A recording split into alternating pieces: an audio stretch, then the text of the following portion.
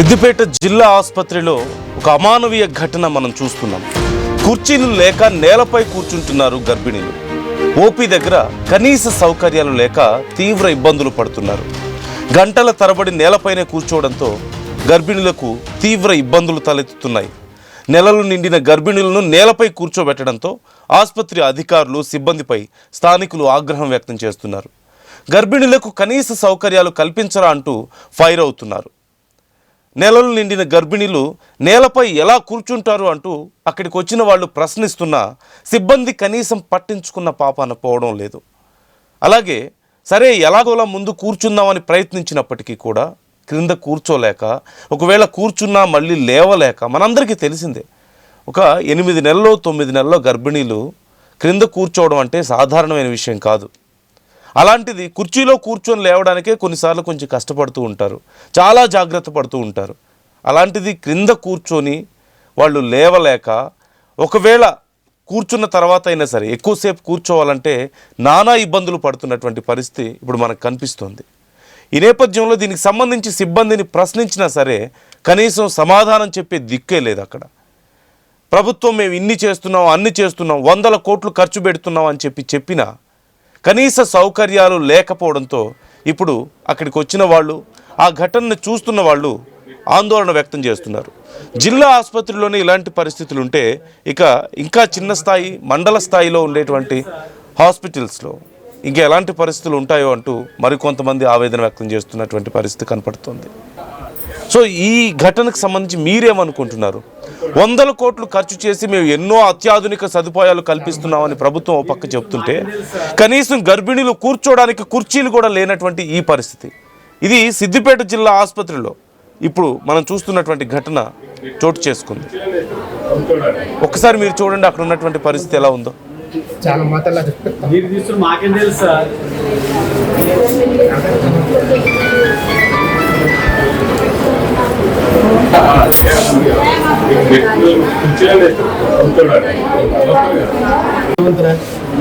చాలా మాటలా మీరు తీసుకుని మాకేం తెలుసు సార్.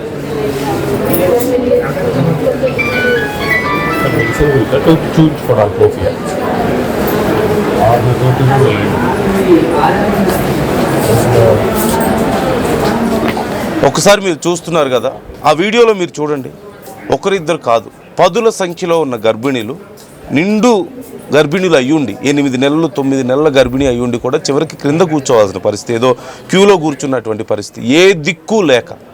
ప్రభుత్వ ఆసుపత్రులు అంటే ప్రజల డబ్బులతోనే మెయింటైన్ అయ్యేటువంటి ఆసుపత్రులు కదా.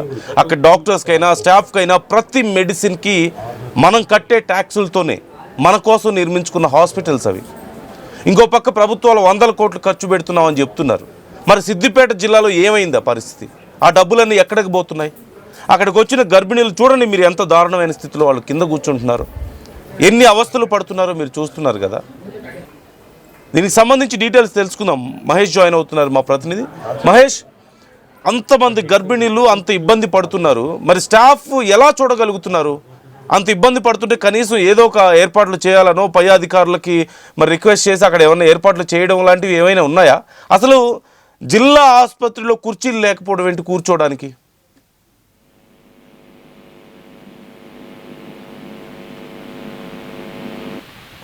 మహేష్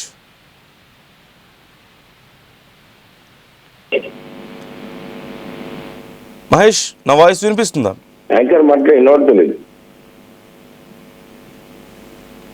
యా, మరికొద్దిసేపట్లో మహేష్ మనతో జాయిన్. యా మహేష్ నా వాయిస్ వినిపిస్తుందా మీకు? యా మహేష్, ఏంటి అక్కడ పరిస్థితి? కనీసం కుర్చీలు కూడా లేకపోవడం ఏంటి?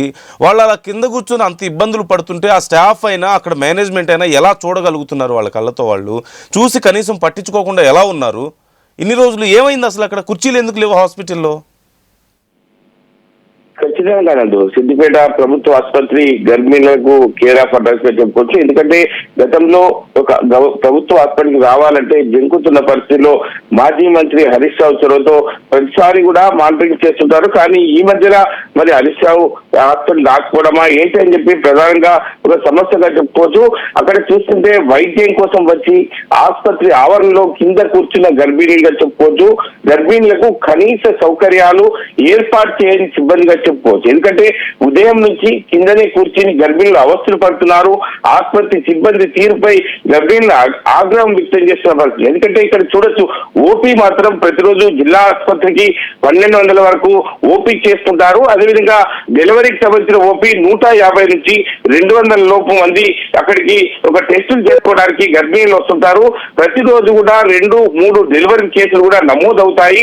నెలకు సుమారు 120 వరకు డెలివరీలు అవుతాయి. ఈ యొక్క 300 పడకల బెడ్కి సంబంధించి ఆసుపత్రిలో ఇటువంటి దారుణం చోటు చేసుకోవడానికి ప్రతి ఒక్కరు కూడా అంటే జిల్లా ప్రజలు జీర్ణించుకోలేకపోతున్న పరిస్థితి. ఎందుకంటే గర్భిణీలకు ఎటువంటి సౌకర్యాలు లేకపోవడము, వచ్చేటువంటి పేషెంట్లకు కూడా ఎటువంటి గైడ్ చేయాలన్నా కూడా ఎవరు చెప్పకపోవడము అన్ని చూసుకుంటుంటే ఈ యొక్క ఆగ్రహం వ్యక్తం చేస్తున్నారు. ఇప్పటికీ హరీష్ రావు కూడా ప్రతిసారి వస్తుంటాడు. ఈ మధ్యలో ఈ యొక్క ఆసుపత్రికి రాకపోవడమా ఏంటి, మరి ఎందుకు నిర్లక్ష్యం వహిస్తున్నారని చెప్పి ప్రధానంగా స్థానికులు కూడా వాపోతున్న పరిస్థితి. ఏది ఏమన్నట్టు జిల్లాకు సంబంధించిన ఆసుపత్రికి రద్దీ ఉండే ప్రాంతానికి ఖచ్చితంగా జిల్లా అధికారులు పట్టించుకొని వచ్చేటువంటి ఎవరైతే పేషెంట్స్ ఉన్నారో వారికి అనుగుణంగా ఉండాలి తప్ప ఇంత పెద్ద చెప్పి ప్రధానంగా ఆరోపిస్తున్నారు. నందు మహేష్, ఇప్పుడు రెగ్యులర్ గా ఎమ్మెల్యేలు అది అధికారంలో ఉన్న ప్రతిపక్షంలో ఉన్న స్థానిక ఎమ్మెల్యేలు ఎంపీలో వచ్చి చెక్ చేయాల్సిన పరిస్థితి కంటే కూడా అక్కడ సూపరింటెండెంట్స్ ఉంటారు కదా, వాళ్ళ పని అది కదా. హాస్పిటల్లో అన్ని బాగా జరుగుతున్నాయో లేదో చూసుకోవడం, అక్కడ స్టాఫ్ ఉంటారు, వాళ్ళ పని అదే కదా. హెచ్ఓడీలు ఉంటారు, సీనియర్ డాక్టర్స్ ఉంటారు. ఇంతమంది ఉండి ఇలాంటి ఒక పరిస్థితి ఏంటి అంటే ఇది ఇప్పుడు కొత్తగా ఉన్న పరిస్థితి? ఇప్పుడు చైర్లు లేకపోవడం అనేది ఎప్పటి నుంచో ఉందా, లేకపోతే ఉన్న చైర్లు ఎవరైనా ఎత్తుకెళ్ళిపోయారా, అమ్ముకున్నారా, లేదంటే ఏం జరిగింది అసలు అక్కడ? అంటే ఖచ్చితంగా లేదు. ఇప్పటికైతే ఉన్నటువంటి అధికారుల నిర్లక్ష్యమే అని చెప్పుకోవచ్చు. ఎందుకంటే గతంలో కూడా ప్రతిసారి కూడా మానిటరింగ్ చేసేవారు. ఈ మధ్యలో మాత్రం ఆసుపత్రికి వచ్చేటువంటి గర్భిణులు కావచ్చు, పేషెంట్లకు ఒక సౌకర్యాలు ఉండడం లేదని చెప్పి ప్రధానంగా ఆరోపిస్తున్నారు. మరి డాక్టర్ల నిర్లక్ష్యమే, స్థానిక సిబ్బంది నిర్లక్ష్యమైన వాళ్ళు ప్రధానంగా తెలుస్తుంది. ఏది ఏమైనప్పటికీ గర్భిణీలు నిండు 9 నెలలు యొక్క మోసినటువంటి వారికి ఇటువంటి కుర్చీలు లేకపోవడానికి కూడా మనకు ఆయాసంగా ఒక బాధ్యతగా ఉండాల్సిన డాక్టర్లు అక్కడ సిబ్బంది కానీ వారికి చాలా ఇబ్బందులకు ముప్పు తిప్పలు పెడుతున్న పరిస్థితి ఉంది. వారు మాత్రం మీడియా ముందుకు మాట్లాడడానికి మోమాట పడుతున్నారు. ఎందుకంటే మాకు ట్రీట్మెంట్ ఇచ్చే సమయంలో మీరు మీడియాతో మాట్లాడారని చెప్పి మాకు ట్రీట్మెంట్ సరిగా చేయరని చెప్పి ప్రధానంగా వారు అంతర్గతంగా చెప్తున్నారు తప్ప బయటకు వచ్చి మాత్రం ఎవ్వరు కూడా ప్రశ్నించడం లేదు.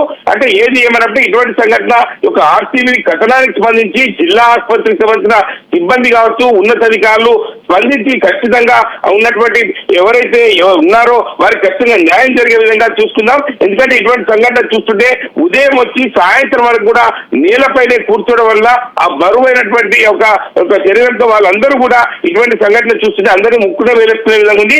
ఏది ఏమంటే జిల్లా ఆసుపత్రి అధికారులు వెంటనే స్పందించి ఒక గర్భిణులకు న్యాయం జరిగే విధంగా ఉండాలి. సంబంధిత రాజకీయ నాయకులు వస్తేనే ఇటువంటి ఒక ఏర్పాటు చేస్తారని కాకుండా ఇకనైనా ఖచ్చితంగా వారికి అన్ని సౌకర్యాలను ఏర్పాటు చేయాలని చెప్పి ప్రధానంగా ఆర్టీవీ కోరుకుంటుంది. ఏది ఏమన్నప్పుడు ఇటువంటి సంఘటన చూసుకుంటే జిల్లా ప్రజలకు అంటే ఇక్కడ ఇదొక్కటే కాదు, అంటే ఇటు కరీంనగర్ కావచ్చు, అదేవిధంగా మెదక్ కావచ్చు, ఇది సంబంధించిన సిద్దిపేట జిల్లా ప్రజలు, అదేవిధంగా నిజామాబాద్ సంబంధించిన కామారెడ్డి జిల్లా ప్రజలు కూడా ఈ సిద్దిపేట జిల్లాకు వచ్చి సేవలను వినియోగించుకునే అవకాశం ఉంది. కాబట్టి ఖచ్చితంగా సంబంధించిన డాక్టర్స్ కానీ ఉన్నతాధికారులు స్పందించి వెంటనే సౌకర్యాలు మెరుగుపరిచే విధంగా చూసుకోవాలని చెప్పి కోరుకుంటున్నారు. నందు right thank you Mahesh, thanks for the updates. ఈ విషయంలో మరి హరీష్ రావు గారికి ఈ సమాచారం ఉందో లేదో తెలియదు. ఒకవేళ ఆయనకు సమాచారం ఉన్నా లేకపోయినా ప్రతిసారి ఎమ్మెల్యేలు ఎంపీలు వచ్చి అక్కడ కూర్చోవాల్సిన అవసరం ఉండదు. ఖచ్చితంగా ఆయన గతంలో చాలా సందర్భాల్లో ఈ హాస్పిటల్ని విజిట్ చేసిన సందర్భాలు ఉన్నాయి. ఆయన మెరుగైన వస్తువుల కోసం కృషి చేశారు. బట్ ఏమైపోయినాయి? ఇప్పుడు కొత్తగా కట్టిన హాస్పిటల్ కాదు, లేదంటే ఇదేదో కొండల్లోనో అడవుల్లోనో మధ్యలో ఉన్నటువంటి హాస్పిటల్ కాదు. సిద్దిపేట జిల్లా ఆసుపత్రి అయ్యుండి రోజుకి 700-800 మంది 700-800 ఓపీ వస్తుంది. అండ్ రోజుకు 150 మంది వరకు గర్భిణులు అక్కడికి వస్తున్నారు. ఆ ఓపీలో రెగ్యులర్గా డైలీ అక్కడ ప్రసవాలు అవుతూనే ఉంటాయి అంటున్నారు. మరి అయినా సరే కనీసం గర్భిణుల కోసం ప్రత్యేకమైన ఏర్పాట్లు ఉండాలి. సాధారణ పేషెంట్లు అంటే సరే కుర్చీలు ఉన్నా సరిపోతాయేమో, ఇన్ఫ్యాక్ట్ గర్భిణుల కోసం ఇంకా ప్రత్యేకమైన ఏర్పాట్లు ఉండాలి. మరి ప్రభుత్వాలు ఖర్చు పెడుతున్న 100 కోట్లు ఏమైపోతున్నాయి? ఎమ్మెల్యేలు ఎంపీలు ఇంత జరుగుతున్న ఇన్ని రోజుల నుంచి ఆ గర్భిణులు అంత ఇబ్బంది పడుతుంటే ఏం చేస్తున్నట్లు? ఇవన్నీ ఒక ఎత్తు అయితే అసలు హాస్పిటల్ సూపరింటెండెంట్లు కానీ లేకపోతే అక్కడున్న హెచ్ఓడీలు కానీ అధికారులు కానీ ఏం చేస్తున్నట్లు? ఒక జిల్లా ఆసుపత్రిలో ఇంతమంది గర్భిణీలు ఇంత ఇబ్బంది పడుతుంటే ఎక్కడికి వెళ్ళిపోయారు వీళ్ళంతా? ఇంత పెద్ద ఓపీ వస్తుంది, ఇంతమంది వస్తున్నారు రోజుకి, డైలీ అక్కడ ప్రసవాలు జరుగుతున్నాయి. చూపించుకోవడానికి వచ్చిన వాళ్ళకి అక్కడ కనీసం కుర్చీలు కూడా లేవంటే ఇక ప్రసవాలు అవుతున్న వాళ్ళకి ఎలాంటి ఫెసిలిటీస్ ఉన్నట్లు అక్కడ? ఒక సాధారణ మహిళలే, ఒక 40 ఏళ్ళు 50 ఏళ్ళు ఉన్న మహిళలే కూర్చొని లేవాలంటే కష్టమే. అసలు మనం అయినా ఏదన్నా బ్రిటిష్ కాలంలో ఉన్నావా? ఒక జిల్లా ఆసుపత్రిలో కనీసం కుర్చీలు లేకపోవడం ఏంటి? ఏదన్నా అడవుల్లో కొండల్లో బ్రతుకుతున్నావా? లేదంటే మనం ఏమైనా ఆ కోట్లన్నీ ఏమైపోతున్నాయి? ప్రభుత్వాలు ఖర్చు పెడుతున్నాం అన్న కోట్లు ఏమైపోతున్నాయి? ఎమ్మెల్యేలు ఏం చేస్తున్నారు? ఎంపీలు ఏం చేస్తున్నారు వాళ్ళ నియోజకవర్గాల్లో? అసలు ఆ హాస్పిటల్ సూపరింటెండెంట్స్ ఏం చేస్తున్నారు? హెచ్ఓడీలు ఏం చేస్తున్నారు? వాళ్ళకి ఎలా చూడాలనిపిస్తుంది? అలా చూడండి ఒక్కసారి. ఎంత దారుణమైన స్థితిలో, ఏదో వలస బాధితుల్లాగా, వరద బాధితులు ఎక్కడో వేరే ప్రాంతానికి వెళ్ళి కూర్చున్నట్లు ఆ కూర్చోవడం ఏంటి? వాళ్ళ డబ్బులతో కట్టినటువంటి హాస్పిటల్ కదా అది. కనీస గౌరవం అనేది ఉండదా? పేషెంట్స్ అన్న వాళ్ళకి కనీస గౌరవం లేదా? అలా కూర్చోవాలా? నేల మీద కూర్చోవాలా? ఎంత దారుణమైన పరిస్థితి అది. 2026లో కూడా ఇలాంటి పరిస్థితి ప్రభుత్వ హాస్పిటల్స్లో. ఏం చేస్తున్నట్లు ప్రభుత్వాలు? ఎమ్మెల్యేలు ఎంపీలు ఏం చేస్తున్నట్లు? అక్కడ సూపరింటెండెంట్లు ఏం చేస్తున్నట్లు? హెచ్ఓడీలు ఏం చేస్తున్నట్లు? వాళ్ళ కళ్ళకు కనపడడం లేదా? కనపడ్డా సరే అది చలించడం లేదా? వాళ్ళు ఎలా చూడగలుగుతున్నారు? వాళ్ళు గర్భిణీలు ఇంత ఇబ్బంది పడుతుంటే ఎలా చూడగలుగుతున్నారు? అసలు అక్కడ చైర్స్ ఏమైపోయాయి? సరే, ఇప్పుడు కొత్తగా కట్టిన హాస్పిటల్ ఇంకా చైర్స్ తేలేదా? లేకపోతే ఇంకోటి అనుకోవడానికి లేదు. ఎప్పటి నుంచో ఉన్న హాస్పిటలే కదా. అక్కడ చైర్స్ మాయమైపోయాయా? లేకపోతే ఇంకెవరైనా సెకండ్ హ్యాండ్లో అమ్ముకున్నారా? కొట్టేశారా? వాటిని దొంగతనం చేశారా? అంతమందికి చైర్స్ లేకుండా ఎలా ఉంటాయి? ఇంత ఫ్లో ఉన్నటువంటి ఒక హాస్పిటల్లో బేసిక్ నీడ్స్ లేకపోవడం ఏంటి? ఖచ్చితంగా ఇక్కడ అధికారుల నిర్లక్ష్యమైనా ఉండాలి, లేదంటే కుమ్మక్కైనా అయి ఉండాలి. ఇమ్మీడియట్గా ఈ విషయంలో ఖచ్చితంగా చర్యలు తీసుకోవాలి. నాయకులు వెళ్ళాలి, ఆ అధికారుల మీద చర్యలు తీసుకోవాలి. ముందు ఇంత ఇబ్బంది పెడుతుంటే మహిళల్ని, గర్భిణుల్ని, తల్లుల్ని అంత ఇబ్బంది పెడుతుంటే ఎలా చూడగలుగుతున్నారు? అసలు వాళ్ళ మీద ఇమ్మీడియట్గా యాక్షన్ తీసుకోవాలి అండ్ అరేంజ్మెంట్స్ చేయాలి. అక్కడ ఖచ్చితంగా ఆర్టీవీ విషయం గురించి ఖచ్చితంగా క్వశ్చన్ చేస్తూనే ఉంటుంది అక్కడ ఏర్పాట్లు జరిగే వరకు. అండ్ ఈ విషయాన్ని ప్రభుత్వం దృష్టికి కూడా ఆర్టీవీ తీసుకెళ్తుంది. అండ్ వీలైనంత త్వరగా అక్కడ చర్యలు తీసుకోవాలని కోరుతున్నాం, డిమాండ్ చేస్తున్నాం. మీ అభిప్రాయాలు ఏంటి ఈ అంశానికి సంబంధించి? ఇది నిర్లక్ష్యమా? ఒక నిర్లక్ష్యం అనడం కంటే కూడా ఒక రకంగా అవమానించడమే. మన తల్లుల్ని, మన చెల్లెల్ని అవమానించడం కిందకే వస్తుంది. వాళ్ళు కట్టిన డబ్బులతో, వాళ్ళు ట్యాక్స్ పేయర్స్, వాళ్ళు కట్టిన డబ్బులతో వాళ్ళ కోసం నిర్మించుకున్నటువంటి హాస్పిటల్లో వాళ్ళకే కనీస గౌరవం లేదు. ఇప్పటికీ కూడా ఏదో బ్రిటిష్ కాలం ముందులాగానో అడవుల్లోనో కొండల్లోనో ఉన్న పరిస్థితి మనం అక్కడ చూస్తున్నాం. ఇంతకంటే దారుణం ఇంకేదైనా ఉంటుందా? So try to comment your opinions also. ప్రభుత్వానికి ఈ విషయం చేరాలి, ఇమ్మీడియట్గా అధికారులు, నాయకులు రెస్పాండ్ అవ్వాలి, అక్కడ ఏర్పాట్లు చేయాలి. ఇంత దారుణమైనటువంటి పరిస్థితుల నుంచి ఆ మహిళల్ని, ఆ గర్భిణుల్ని మనం కాపాడాలి. ఇది అవమానం, కేవలం నిర్లక్ష్యం మాత్రమే కాదు, మన మహిళలకి జరుగుతున్నటువంటి అవమానం అది. మీ అభిప్రాయాలను కూడా కామెంట్ చేసే ప్రయత్నం చేయండి. మీ అభిప్రాయాలను మాతో షేర్ చేసుకోండి. వీలైనంత త్వరగా ఈ ఘటన మీద అధికారులు రెస్పాండ్ అవ్వాలి.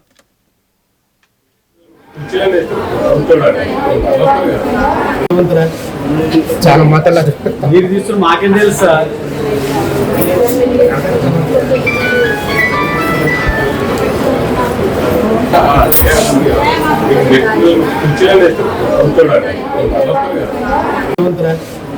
చాలా మాట్లాడలేదు. మీరు తీసుకుని మాకేం తెలుసు సార్?